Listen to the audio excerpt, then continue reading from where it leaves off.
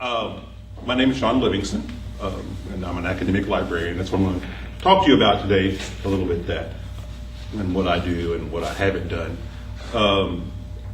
And to that end, if you have a question when it comes up, please just throw your hand up or grab my attention, because as previously announced, I can talk to you anytime. We'll talk all day.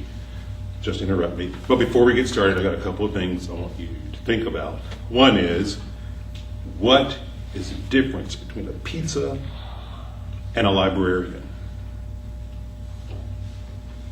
I'll give you the answer to that one. A pizza can feed a family of 4. Okay, so think about that one. And then the other thing I want you to think about a little bit more seriously is a saying I read in a blog post 3 or 4 years ago, and it said the future of libraries is to discuss the future of libraries. Okay, so if you haven't hit that in your class, I want you to think about that too, and I may be asking somebody to respond to that when I get through yakking. All right? We all golden on that? All right. Hi, Megan. Now your name's on camera. So anyway, like I said, my name is Shawn Livingston, and I am a librarian. I'm very proud of that fact. I'm none of the other trendy words that pops up in people's mouths. I'm not an information professional, info pro, seeker, knowledge master, knowledge manager, any of those things. I'm a librarian. That's what I do. Now, what I do also encompasses all those kinds of things that pop up. I've been here at UK almost 19 years. That will be in September.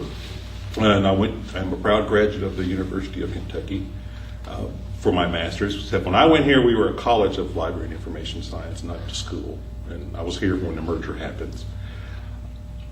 In my current duty, which I will get to in a second, I'll tell you what I did. But I started out life as a reference librarian, and that's what I did for 17 of my almost 19 years here.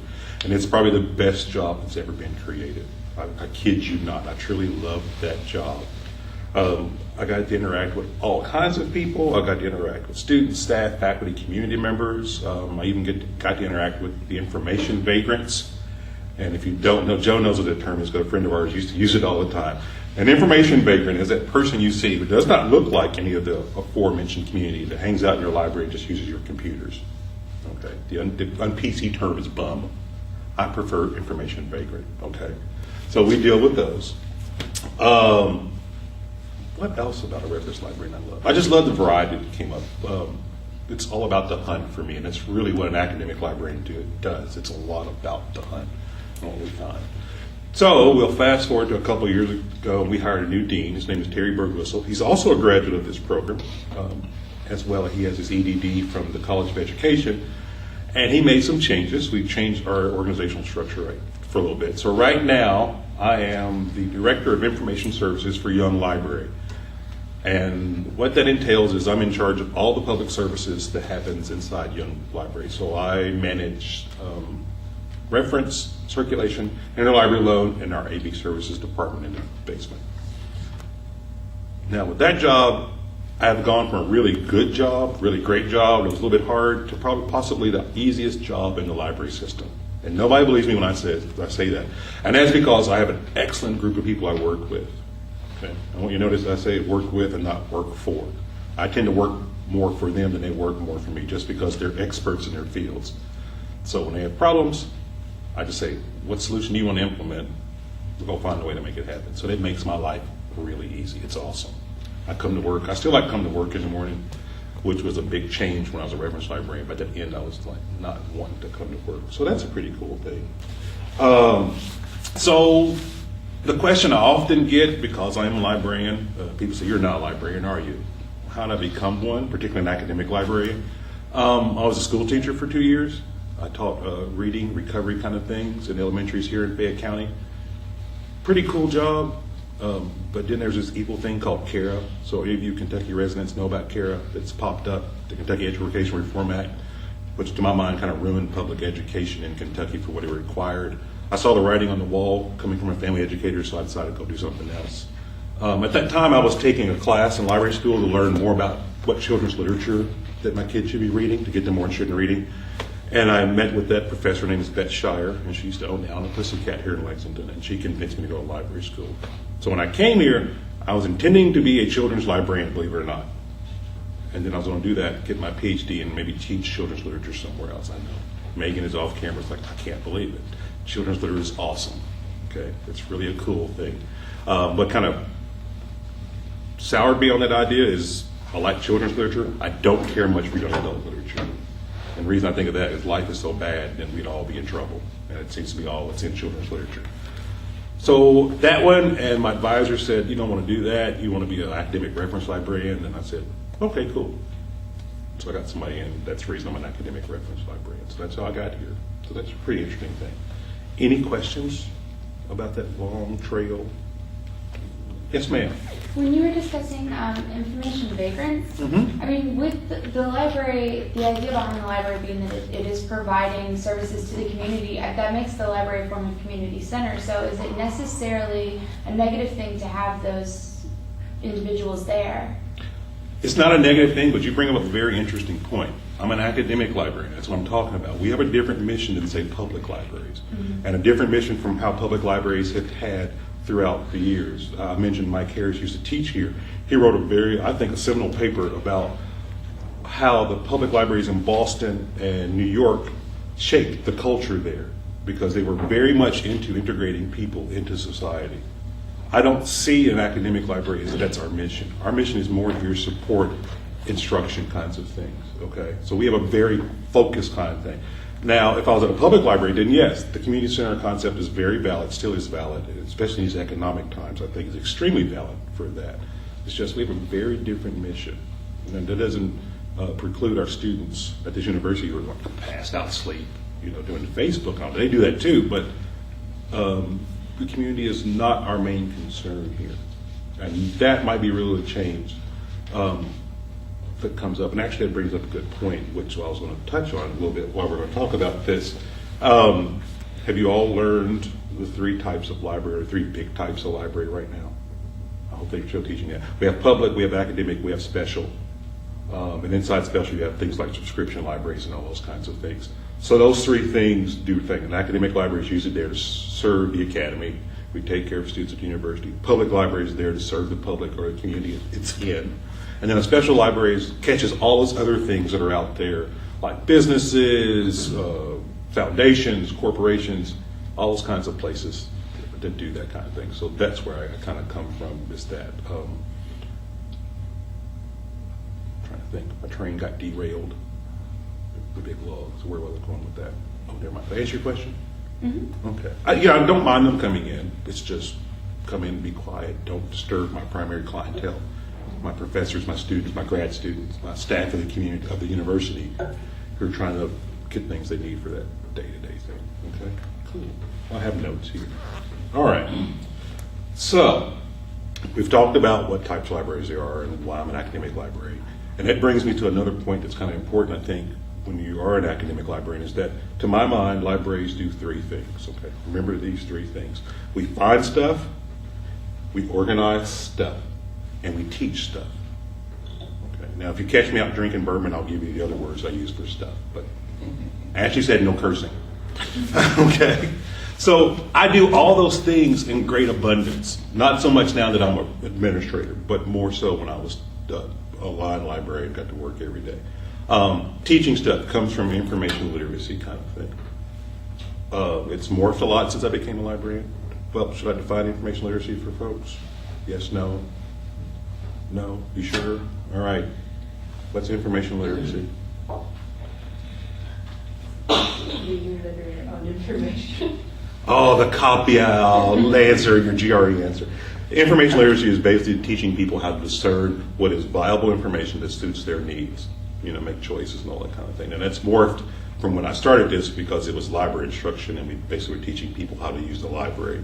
So we've gone into a more formalized, I guess you'd say erudite, more thinking kind of way of getting people to evaluate their information because we just had certain things to do. You didn't have to do much discerning what was good and what was bad because the sources we sent you to told you that.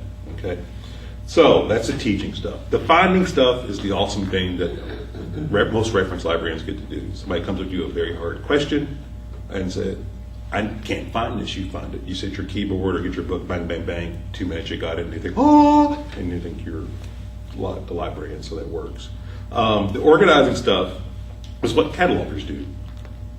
They put things in order so people can find them. Now, I may diss on catalogers all the time, but I highly respect them because I can't do my job without them. If it's not in some kind of systematic way to find it, we can't use it. It does me no good to be up there all day trying to tell people this is where it is if there's no system imposed upon it. Now, cataloging is kind of morphed right now into all the people doing the digital stuff. People think digital is cool, and it is cool, but catalogers are still doing it. Think of all the things about metadata, the tags that get applied to that. And if you don't think tags are important about how to find something, do a search in Google and see if you get back how many millions of documents or whatever you need to look at. Okay, so that's the other thing the academic librarians do really well. So remember, we got three things. What? We do what? Organize stuff. Teach. Thank you. Oh, you're so soft and quiet. Come on, group participation. Okay? So that's kind of what we are and what I do. But there are some pitfalls, I think, in academic librarianship that people aren't aware of. And probably the biggest one, particularly here, is tenure. Because at the University of Kentucky, we are tenured faculty members. We're members of the faculty senate. We have voting rights and all that kind of stuff. We also get lifetime appointment if you get approved after 7 years and people like you and we vote on you. You stay here forever. I guess the biggest pitfall for that from my outlook, and some of my other academic colleagues would not agree with this, is where it comes with tenure, to my mind, it takes a lot away from doing our primary job of teaching stuff, organizing stuff, and finding stuff. Because tenure usually is involved in either you're doing research. Now that research can be based on your primary job. So say if you're an academic cataloger, you're probably researching metadata, writing papers, presenting. That's a good thing. But while you're doing that, who's cataloging your books? If you're a reference librarian and you're out teaching other librarians the best way to present information to students, who's at your place doing the presenting of information to students? Okay. My other kind of big bugaboo about academic librarians and tenure is what are they protecting me from? Because you all know tenures here basically keep you from getting fired for running your mouth too much if the president didn't like you. It's still a good thing, but what I do is more support, and what my colleagues do is more support to the university mission. So I'm thinking, why are they kind of protecting us from stuff? But hey, I got it, it's cool. But it's rather sobering at the age of, I've been tenured for a long time. I think the age of 27, 28, I had a job for life, as long as I didn't do anything really bad. And that's an extremely sobering thought when you're under 30. You just kind of go, whoa, I didn't plan on this. When you're nearly 40. Yes, exactly. Right now, the economy, it's a very comforting thought that to get rid of me, they'd have to declare, something academic extendancy, I think is the phrase, and basically close the library and throw us all off campus for me to be sent somewhere, or close the reference department or the library. So that's pretty cool. But the fact that it's there, and there's this looming thing for 6 years while I'm learning to be a librarian. I'm also trying to learn to be a professor and make some connections. Now, we have it pretty easy here. Not easy, I should say different, because our tenuring is based on our association participation. That's a large part of it. So there are ways to do that. What other pitfall of academia that I have comes to up? interrupt. Yes, ma'am. Your association participation Yeah. is Oh, it's SLA, Special Library Association. right, but it contributes to Our tenure funds. getting tenure? Yes. That's And you not just, always true. yeah, it's not always true. For example, Ohio State requires it treats its librarians just as the teaching faculty, so they have to publish. Now, the way Ohio State compensates that is that one day a week you get a release day that you don't have to come into the office, you don't schedule meetings, you don't have to be on a desk, you don't have to catalog a book. You use that time to go out to write your papers and your presentations. And kind of the downfall of that, if you ever see articles from places that do that, you'll notice they have like 10 authors. I'm sure you've run across some of those articles in your readings. 10 authors from one library. It's because they're all getting tenure and they're doing this kind of stuff. Okay. So here we weight that, and we kind of we do it more as participation. For instance, if you're going to get tenure right now, we kind of expect you to have been a chair of something, or a pretty high officer in a division, or a major subdivision of one of the big library organizations. It's one of the things we look at. And the other reason we do that is that when the tenure dossiers are put together for the academic librarian, a lot of things go into it, and some of those are what we call our peer review letters. that your colleagues outside the university have written for you, and then there's also things that we send out to blind reviewers to evaluate your dossier and see if you're a good person or not. Not a good person, sorry, a good librarian. Because you can be a good person and a bad librarian. I know, Faith, it's just terrible, isn't it? But you can do that. So that's where we are for that. Now, it's easier for some people to do that than others just because of their job duties, just to my mind. And then also here we've been pretty, I wouldn't say lenient, but we're open to more things. People can write books, they can publish articles, they can kind of that stuff, and that will go, and that weighs a lot, just like to the thing with their association participation. Okay? Cool. You made me derail another train. Told you I could talk. Pitfalls. The other pitfall that pops up is money. Unlike community bases, like for example, if the Lexington Public Library can go out and levy a tax or have a tax called for, they need more money. We can't do that. And a lot of academic libraries can't do that. They have to rely on what the university provides from state parts or from donors and those kinds of things. So that's kind of a problem. It's been my experience when you see a very successful academic library that has a lot of money, they usually have a library tax or fee attached to the students, so they have a steady stream of income. So they know that they have an operating budget that's set, and then they can go do things. Another pitfall that kind of comes up is this marginalization that's going into, and I know I probably shouldn't tell you this because you're all students, but this kind of marginalization of what libraries do, particularly academic libraries. A lot of people think it's on the web, therefore I can find it. I can tell you right now from experience, it was a lot easier to find sources when it was in paper indexes, because I knew what the paper indexes were for that field. The professors knew what the paper indexes were for that field. And they knew that anything of import was in that. And if the peer group as a whole didn't like it, then it wasn't in that indexing. But now this proliferation, which is really good because people can get their ideas out there and all that. Anybody can do that. So you got to think, where's all this stuff sitting where I can find it so it's indexed and it's accessible? Okay, so we go back to the thing I talk about, tags and metadata being very important. You try to search in Google, which we've all done.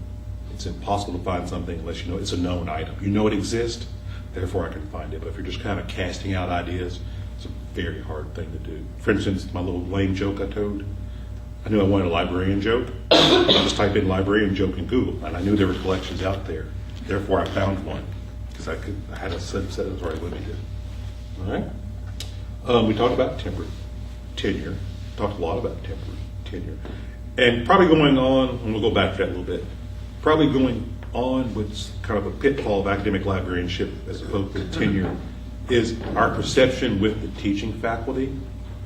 Teaching faculty can either be your friend or your worst enemy if you're on faculty par with them, because some of them will labor in a misconception that you haven't proven yourself.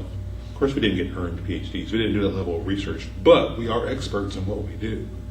For the practicing librarian, the MLS is the terminal degree, and we spend a lot of time to learn that.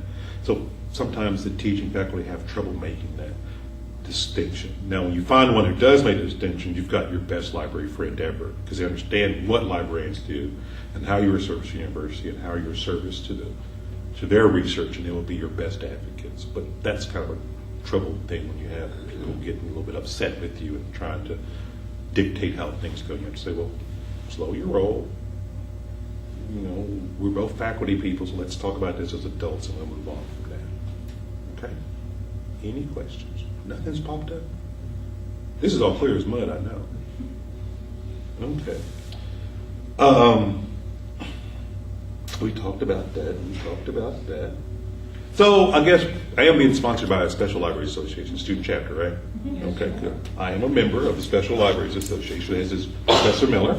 We've been members for a long time. I think, goodness, we were both in library school, we became members, so that's been a while. People often ask me, particularly if they know a little bit about library culture, why I'm not a member of American Library Association. That's a story we'll get into in a second, so let me sell SLA first. The Special Library Association is a much smaller organization than ALA, and to that end, it's much easier to get to know people. It's a very vibrant community. People are willing to share their expertise with you at any time that you ask them. You know, they consider this their job. And because it's so small and engaging, it's really easy to get well known in SLA. You just go to one annual meeting and tell somebody you want to do something, and you'll probably have 10 offers to do something by the end of the day because your name will get out there. That won't happen at ALA just because of the sheer size of it. For instance, our annual meeting at SLA, I think, averages somewhere between 3,000 and 5,000 people. Depends on where it is. That might be the general session at ALA. Yeah, you're talking tens of thousands. Depends on where it is. You might have 10, 15, 20,000 people running around that. Yeah, it's kind of scary. And I've been to a couple of them. The favorite story I like to tell about ALA experience is that I went to one in Chicago. And if anybody's from the Midwest, you know Chicago's only one convention space is downtown. It's McCormick Center, and it's right there on the river. It's right there on the lake. And so that's where they had all their meetings, and they were having some kind of after conference kind of thing during the conference, and they were giving out Chicago hot dogs. And there were so many people, they ran out of hot dogs, but didn't run out of buns. So you have all these librarians walking around with these empty buns. It's kind of sad, but true about the sheer number. Okay, so at that point, I just realized there's way too many people in this organization for me to get known. So it's kind of that one. Now, the part that I could belong to in ALA would be ACRL, the Association of College and Research Libraries, because that's the academic arm of it. But I'm proud to say that SLA now has its own academic division, so I have a home where I can talk to my colleagues about things like that. And I guess another thing, which is neither good or bad with either organization, is that I find ALA on occasion a little bit too politically involved in the wrong things. Now, when this goes out for distribution, I'll probably get hate mail for this. They lobby a little bit. I think they lobby a little bit too much for causes that don't affect libraries. For instance, you may not have known that one time at ALA there was this petition around to impeach President George W. Bush, which may be a right cause, but ALA, to my mind, was not the place to advance that cause. There are other places to do that. You know, there's MoveOn.org. There's all these other places that if you weren't happy with the current president, you can go and voice your opinion. So SLA has stayed out of those political arenas and really is focused on getting things for its members and its member organizations about how to be better librarians, information pros, how your service is to constituency, all those kinds of things that I think that we need support in. They also lobby for us in DC, like ALA, when the SOPA and PIPA stuff was up, SLA was right in there pitching, saying this is a bad idea. Look what you're going to do to the economy if we have to do this.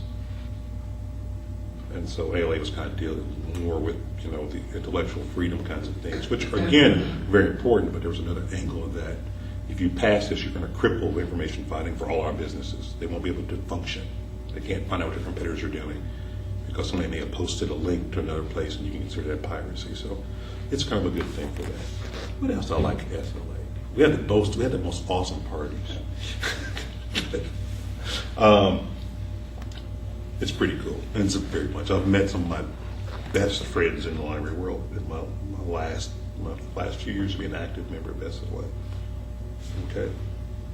I'm trying to think, is there something else to talk about? Just kind of free-for-all talking. Yes, ma'am. You said that SLA started an academic arm. Mm-hmm. What possessed them to go down that road? My boss, Stacy Greenwell, possessed him to go down that road. Stacy is the Associate Dean for Public Services here. She'd been a member of SLA too, and she likes SLA. She's a bigger advocate of the group than I am.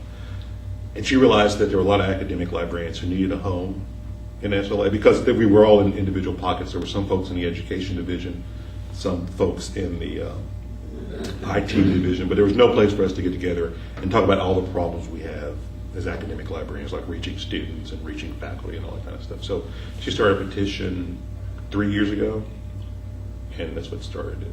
And there were some blowback from that. The folks in education, which tend to be also academics, didn't think we needed another academic division.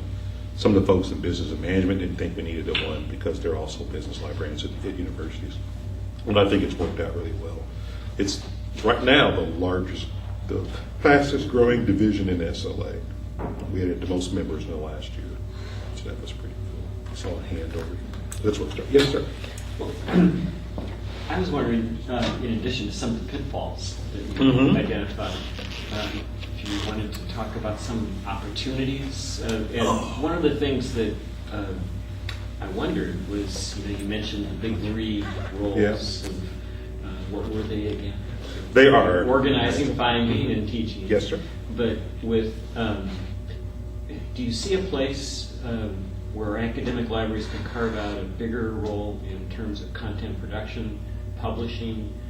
For instance, we had Raynette and Rob visit us about the database that they've been creating.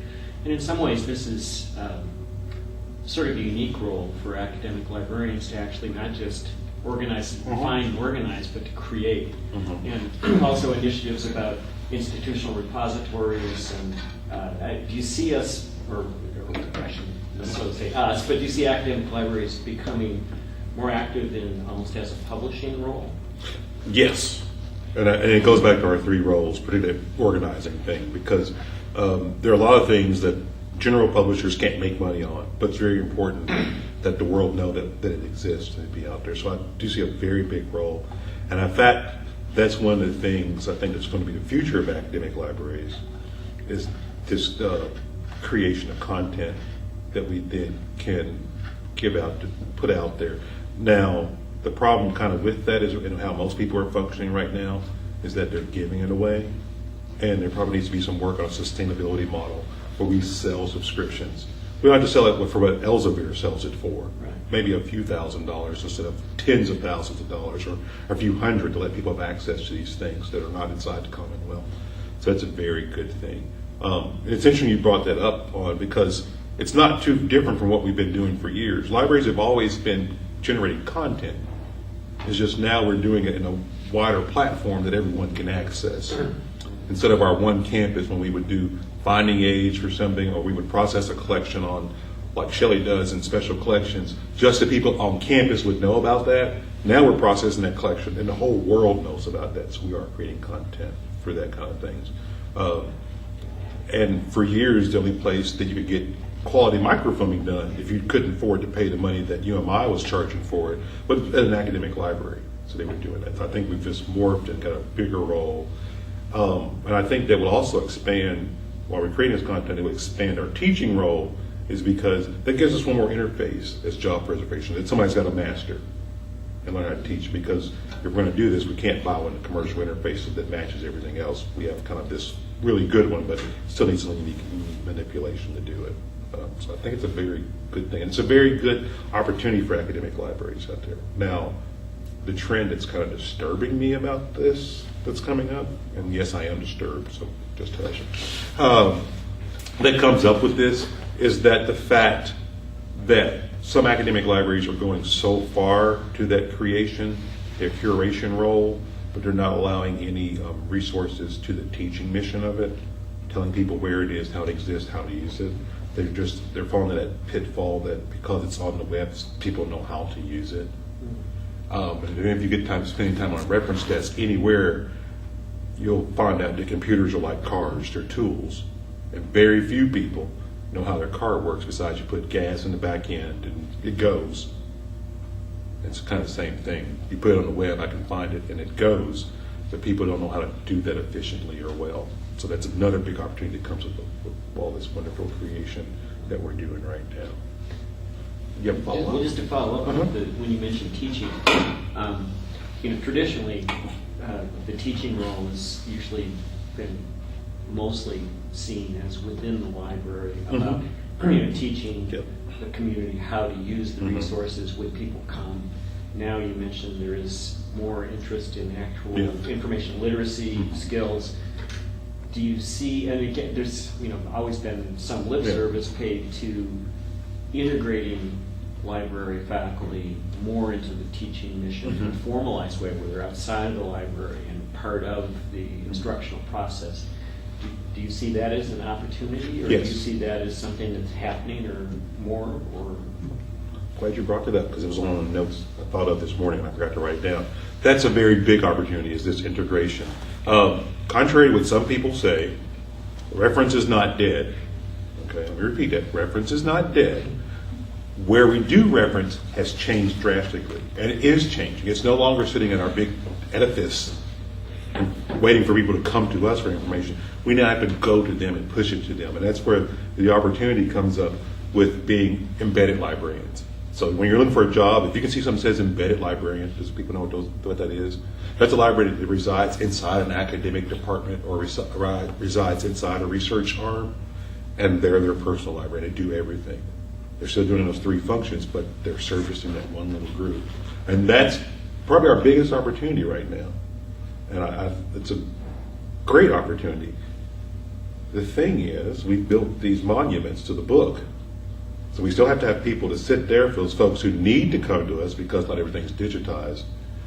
And how do we have people who go out and into the academic departments and assist with the teaching and maybe even teach a course on their own, and the people who stay back behind and have the people come into them and serve them and all those kinds of things. But that is probably the biggest thing that we have right now. In fact, it's one of my main job duties right now is trying to figure out how to get librarians out of the building and into other buildings. I'm really excited about the new dorms that are coming on campus, all those undergraduate learning kind of things. That's going to be an excellent opportunity to hopefully I'll get to hire some young librarians to do that, to go out and do those kinds of things and go out and meet people where they need their information and not with them. Yes, sir. To your earlier point and then to this follow-up, it's true that we don't know how our cars run, but unfortunately, I'm working over at the medical over here. Everybody thinks they know how their car runs. Yeah, exactly. So, so they're not really doing very good searches, but they think they are. Mm-hmm. But into this teaching thing, that's one of the things I've been impressed with working over at this embedded over the medical library. They run a constant schedule of classes, Yes. Using PubMed and all kinds of things. And these things are going on every day over there. Plus, I get to go on rounds. Oh, great. On rounds with some of the clinical librarians where they actually go up between shifts and follow around with the students and get search requests while they're up there. So, they've actually got this embedded down. Oh, they do.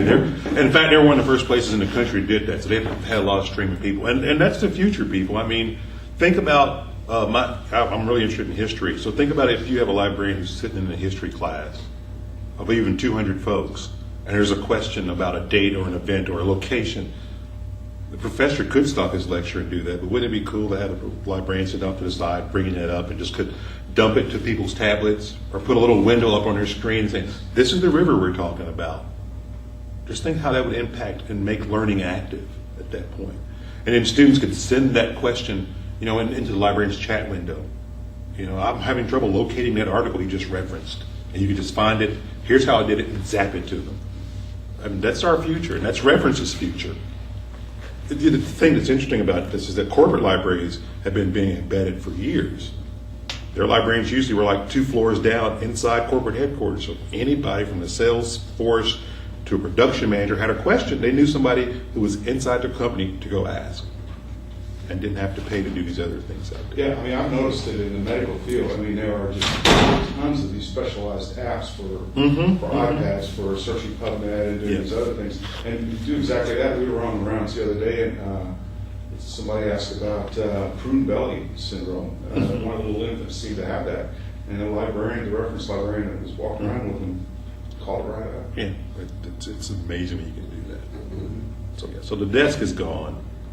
Well, if you've ever seen my desk in Young, I want to blow it up. Do you have a desk?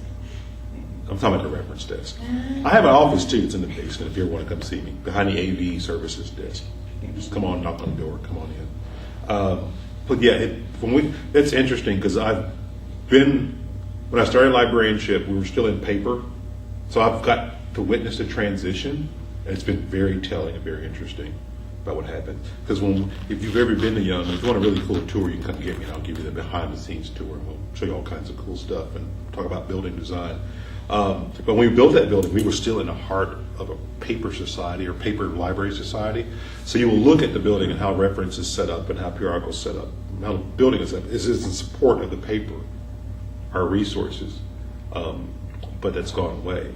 So you can see the things that we've cut and we've moved to the web. We don't no longer need this space to store them. We probably need this space for students to sit and collaborate and do work. But I really want to get rid of that big wooden desk though. I hate it. Yes, ma'am. I was just wondering how young and how you see other academic libraries have been marketing reference services to the patrons with all of these changes that have happened. Okay. Speaking for this is one of the things I've been charged with trying to fix, and it's been a problem. We don't do a very good job here about marketing what we do. I'm being candid, so my dean will see it, but I'm tenured. But we don't do a very good job here. But some of my colleagues at other universities do an excellent job here. And they've gone out and hired people to do the social media part and the marketing. They've treated it like they're rolling out a new car every 6 months. That's how they have. And again, I think that's the future too. In fact, a good friend of ours, Joe's mine, who trained me when I was a young reference librarian, Rob Aiken said, and this is still true, the biggest problem that we have in academic librarianship is nobody knows what we do. Okay. If I had $1 for every grad student that I teach a class for, or I show something on the desk, this is, oh, I wish I'd known this was an undergraduate, wouldn't be here. I'd be in Montana hunting moose right now, okay, and then fly fishing in the spring because I'd have that much money. And it's all because we don't tell people what we do. It's a very important thing. Now, my corporate brethren, they're constantly telling their corporations what they do, because if they don't, they get put out the door and their books get boxed up. But in academic libraries, particularly in reference and in information literature, we don't do a very good job, particularly here. So that's one of the things that we need to work on. And it's probably one of those things that it'd be good for a librarian to learn, but it'd probably be better off to hire an expert in that. So it's kind of hard to learn marketing, but I can teach you the basics of how a library runs and let you take your marketing skill and build the message that anybody will buy.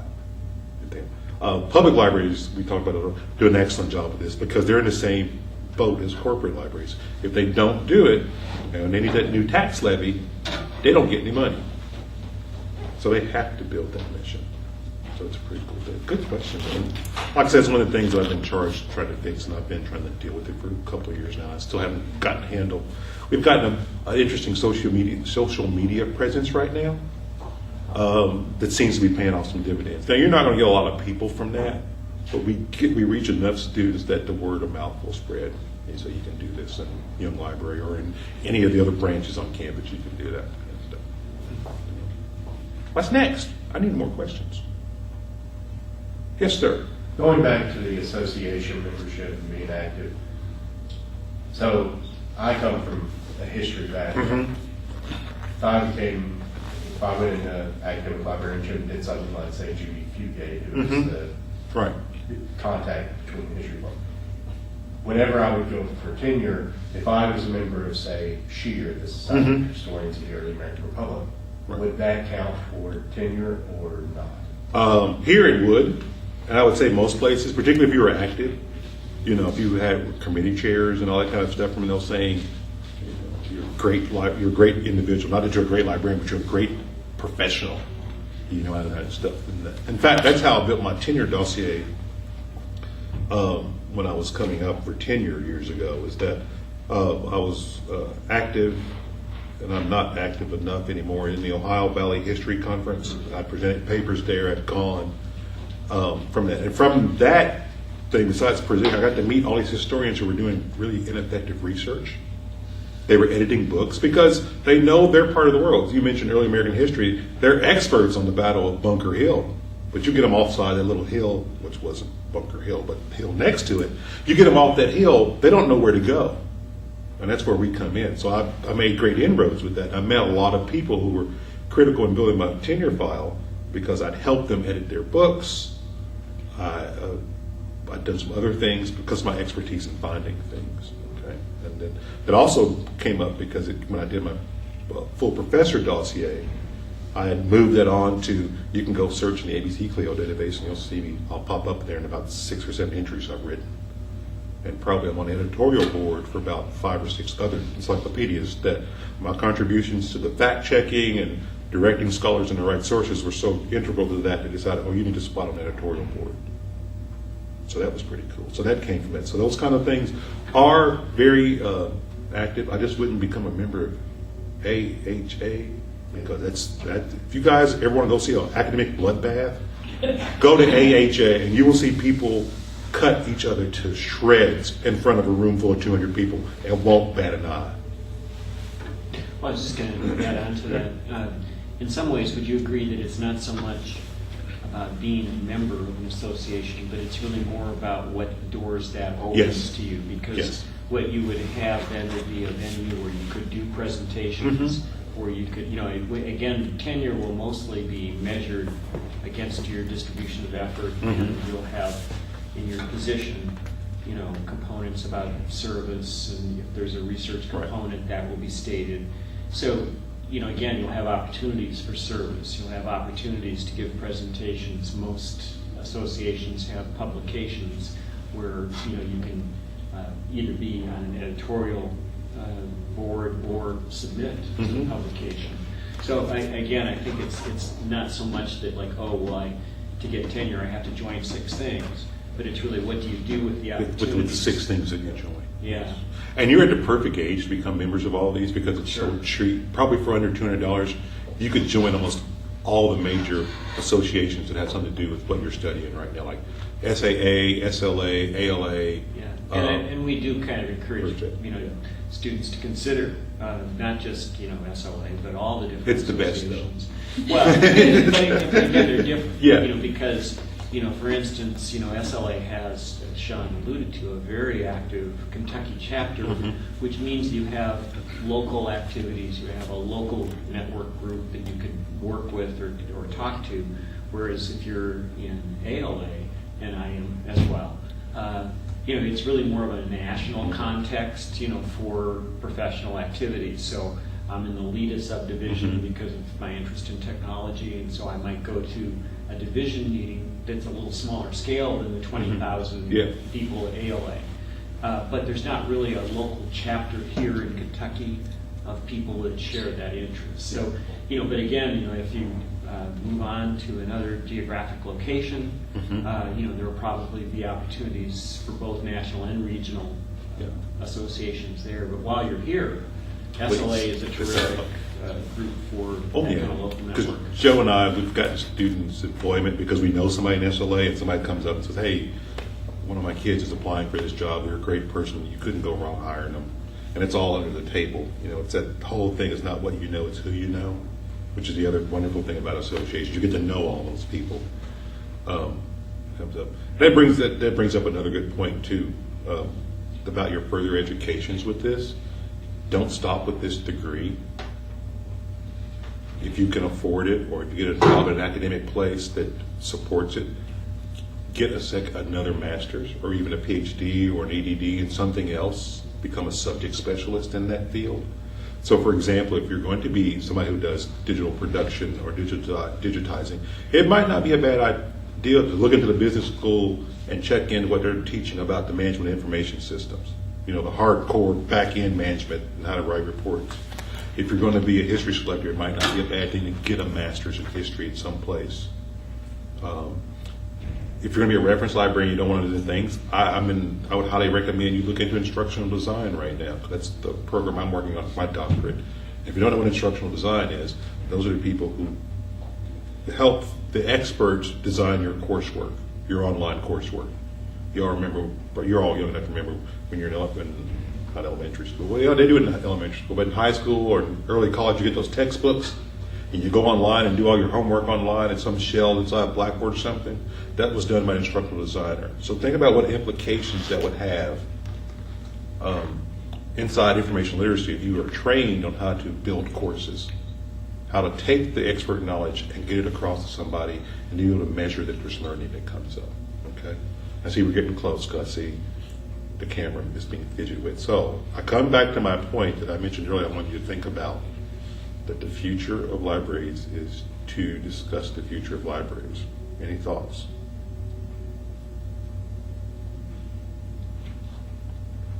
the room goes silent. Sheer terror. Sheer terror. You're not getting graded on this.